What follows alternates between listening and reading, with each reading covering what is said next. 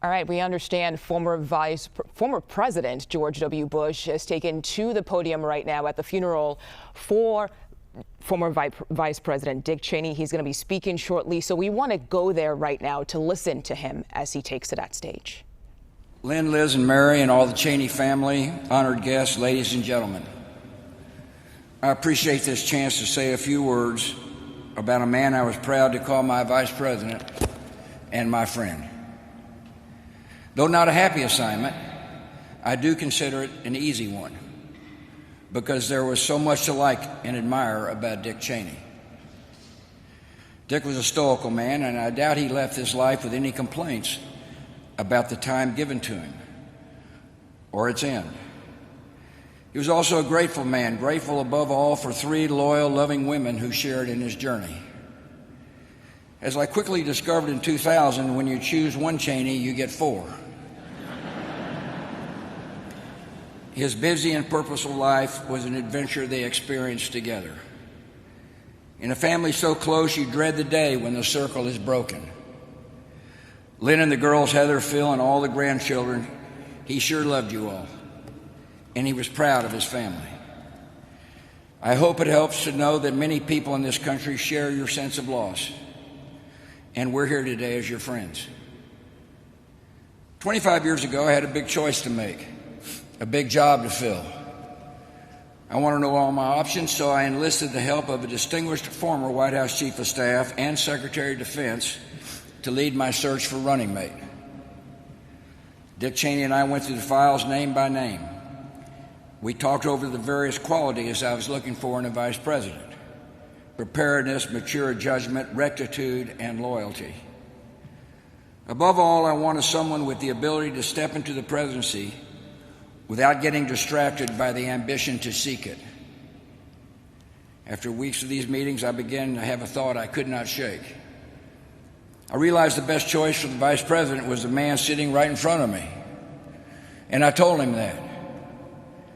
At such a moment, most in this position would have jumped at the chance, but Dick stayed detached, and he analyzed it. Before I made my decision, he insisted on giving me a complete rundown of all the reasons I should not choose him. He also heard one of my top advisors was against the choice, so Dick invited him to make the case. As he did so, he sat there unfazed and expressionless. In the end, I trusted my judgment. I remember my dad's words when I told him what I was planning. He said, "Son, you couldn't pick a better man." The way this all unfolded followed a pattern in Dick Cheney's life. Summing up his career a few years ago, he said, "A few breaks came my way, and one job always led to another, in a life that's taken me far to more places than I ever expected." That was Dick's typically understated version of events, but there's a little more to the story. His abilities were self-evident without need of calculation or self-promotion. His talent and restraint exceeded his ego. Even before the Cheney name reached the national stage, people always saw something in the man, solid, reliable, and rare. One of the first to really notice was Lynn Vincent. She can recall a time in their college years when Dick, as he freely admitted, lacked direction and needed some straightening out. I think we had that in common. That was Lynn's kind of project, and it did not take her long. He said many times that his life would have turned out a whole lot different if he had never met her. It may explain how in just over a decade a guy can go from laying transmission lines outside Cheyenne to serving as Chief of Staff of the President of the United States. In Dick's telling, those years working for Gerald Ford were special and formative. He cherished the association, and the high regard went both ways. In his memoir, President Ford described Dick's steadiness, his low-key style, and his absolute loyalty. I know exactly what he meant. These are not traits easy to come by in Washington. Being calm, reticent, undramatic, and untrustworthy are not everyone's formula for success in politics. But they were the Cheney way, and they worked. I'm reminded of a renowned senator who once gave this advice to a junior colleague. Perhaps he said you could occasionally allow yourself the luxury of an unexpressed thought.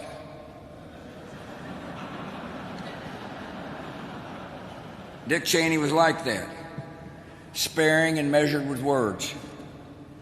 In a profession that attracts talkers, he was a thinker and a listener. And when he did speak up, conveying thoughts in that even tone of voice, that orderly, unexcitable manner, you knew you were getting the best of a highly disciplined mind. No colleague, no legislator, no foreign leader who ever met Dick Cheney ever doubted that they were dealing with a serious man. Of course, not every political counselor is cut out to be a political candidate. But Dick Cheney put himself to the test and never lost an election. In fact, it happens that he and I both ran for Congress in 1978. And let me just say the Republican wave didn't reach West Texas that year. He told me a few times what it's like to campaign in Wyoming. Lots of small gatherings and long drives. It's easy to imagine the impression that young Dick Cheney made when he was asking for the vote. I wish more Americans got to know Dick Cheney the way the folks in Casper, Cody, and Laramie got to know him. Smart and polished, without airs. Courteous and approachable, seeing everyone as an equal, a gentleman by nature, and a true man of the West. Dick was funny and easygoing in a style that his public image never caught up with. Though we can all agree he wasn't your standard issue politician. If any voters came hoping for a kind word and a hug, they'd have to settle for the kind word.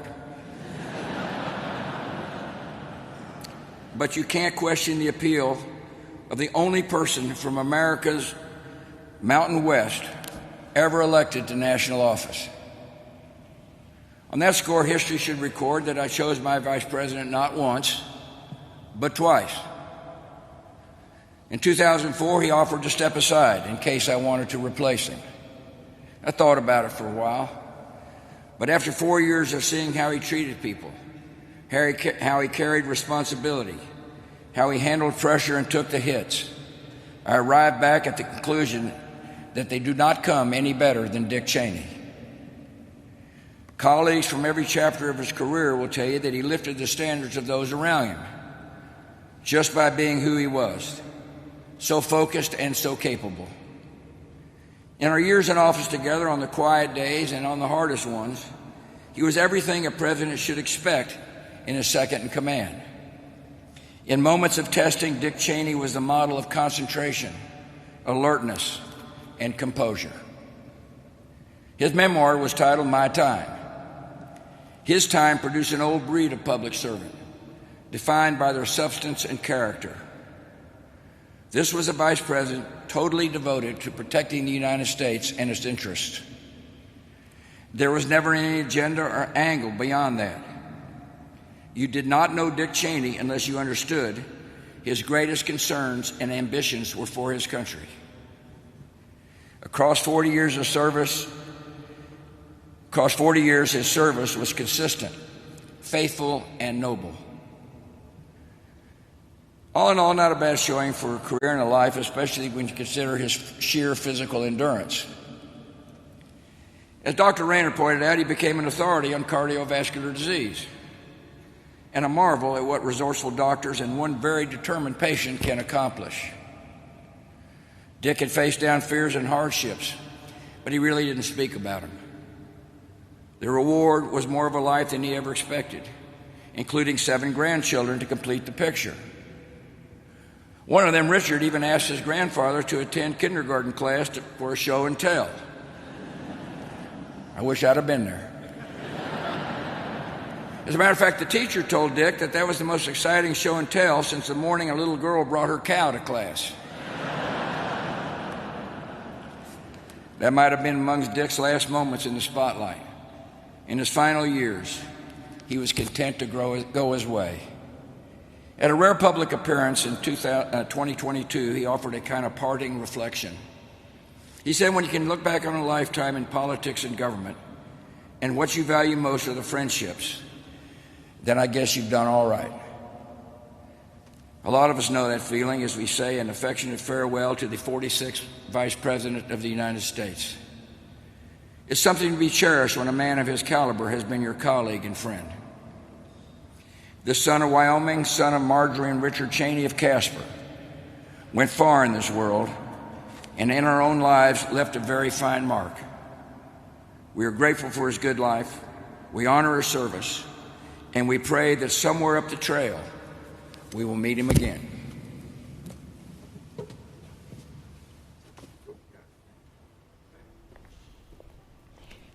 And we just heard former President George W. Bush give a eulogy at the funeral of his Vice President Dick Cheney, and he had much to say about Cheney, calling him solid, reliable, and rare.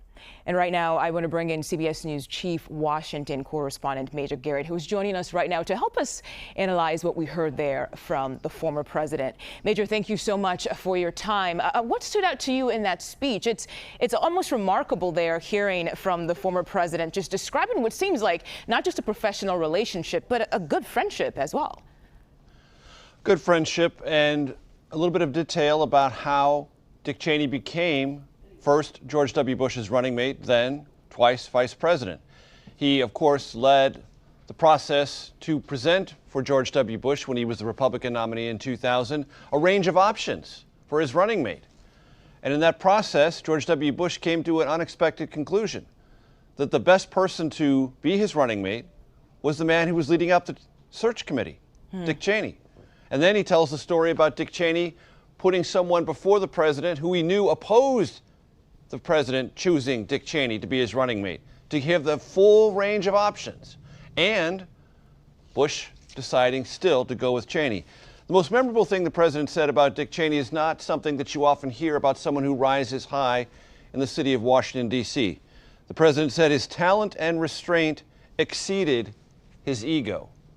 This is a city driven in large part by ambition and ego, and restraint and talent sometimes take a back seat to both. The president said in Dick Cheney's case, it was exactly the opposite. Dick Cheney is a complicated figure in American history, one of the most, if not the most, powerful vice presidents of the modern era. But his record has historical complications. He was a driving force about the war in Iraq.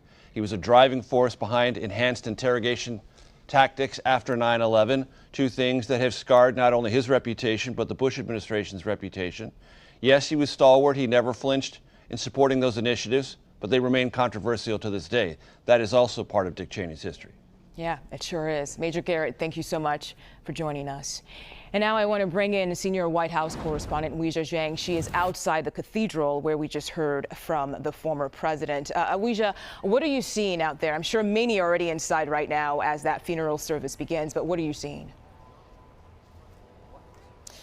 You're right, Mugo. People started filing in early this morning for the service that began at 11, so we are not seeing much outside of the cathedral. But inside, we have certainly spotted leaders from across the political spectrum, which really points out that when Cheney served not only as vice president, but in so many other roles, it really was during a time of bipartisanship that some might wonder if is part of a bygone era.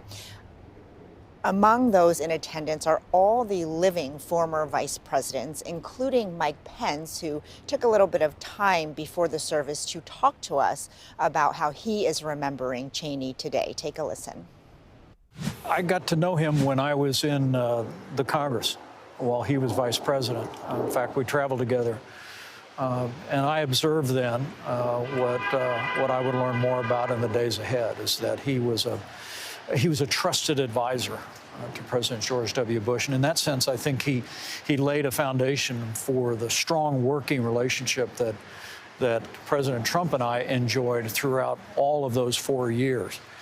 Our administration didn't end the way I wanted it to, but I'll always be proud of the relationship and the work that we did together.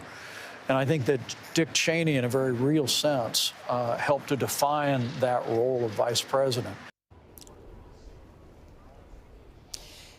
And former President Dick Cheney was a lifelong conservative, and so he actually is one of the leading voices in the Republican Party who spoke out against the current President Trump. And it is notable that Trump is not attending this service today, and neither is the sitting Vice President, J.D. Vance. The White House says that they were not invited to do so, which is out of the ordinary, but not surprising given the tense relationship between Trump and Cheney. In fact, back in 2024, Cheney famously voted for Democrat, then Vice President Kamala Harris for president, and warned the nation that Trump was a threat.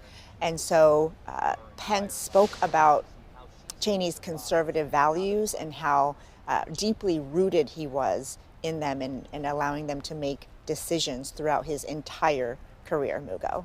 Yeah, Weijia Jiang, thank you. And now I want to bring in Professor of History at Rice University and presidential historian Doug Brinkley. Doug, thank you for making time for us in 24/7 today. Can you talk to us about the legacy Dick Cheney leaves behind? He was certainly a very complicated figure, for sure. Well, Dick Cheney, as George W. Bush just said, it was the only high official ever in American history from the Rocky Mountain West.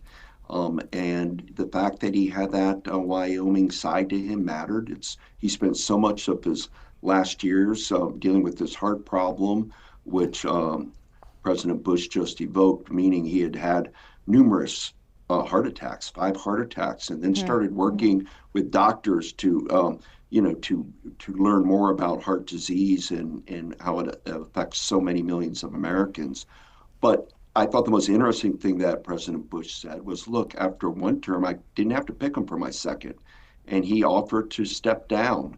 But instead, I said, no, I'm keeping him. And most historians will look at George Bush's his closeness to Cheney. The reason George W. Bush picked him was because he had such gravitas, such seniority, Cheney, in the foreign policy world. Yeah. And he carried it out. But it will be most known legacy-wise for Middle East after 9/11 and how the Bush administration responded in Iraq and Afghanistan. And Doug, I want to stay on that real quick. Do we still have Doug here? Oh, we do. Doug, I want to stay on that because there's some who would even say that it wasn't so much George W. Bush who was president, it was Dick Cheney because he seemed to have all the power. What would you say to that? Well, there's some truth to that because Cheney came in with a heavy hand. He knew everybody. I mean, he had been chief, running the White House for Gerald Ford and had been in Congress and had connections with virtually everybody in Washington. And George W. Bush had the family name, but he was a foreign affairs novice who had distanced himself from his own father. So Cheney had an overriding power as VP. He was almost like part of a super cabinet officer who could overshadow anybody and everything else. Now, this started annoying George W. Bush in his second term because the press wouldn't let alone that the real president is Dick Cheney. And the real president, if it were Dick Cheney, was a neocon, meaning very interested in the Middle East and the belief that we could bring democracy to people because everybody wants American-style democracy, and sometimes underestimating Cheney long historical traditions, meaning in Iraq, what are the Sunnis and Shiites, and how are they interacting? That wasn't Cheney's forte. He was more about exerting of American power and particularly enhancing presidential power and wanting to make the world safe for democracy. Yeah. He became a little like Woodrow Wilson intellectually in those ways, and yet Cheney couldn't be pushed around. He had strong views about our country, and the fact that he voted for Kamala Harris and defended Liz Cheney, who will be doing a eulogy soon, is very important because George W. Bush said, I didn't vote for Trump or Hillary Clinton or Biden, meaning he did a write-in, George W. Bush, where Cheney flat out says, I went Kamala Harris. Nobody for studying his conservative political career could have thought that he could have gotten to such a decision, except the strangeness of the Trump years turned Cheney into putting Constitution above party. Yeah, and he wasn't afraid about what he stood for and was loud and clear about it. Doug Brinkley, thank you so much for your insight today. We appreciate it.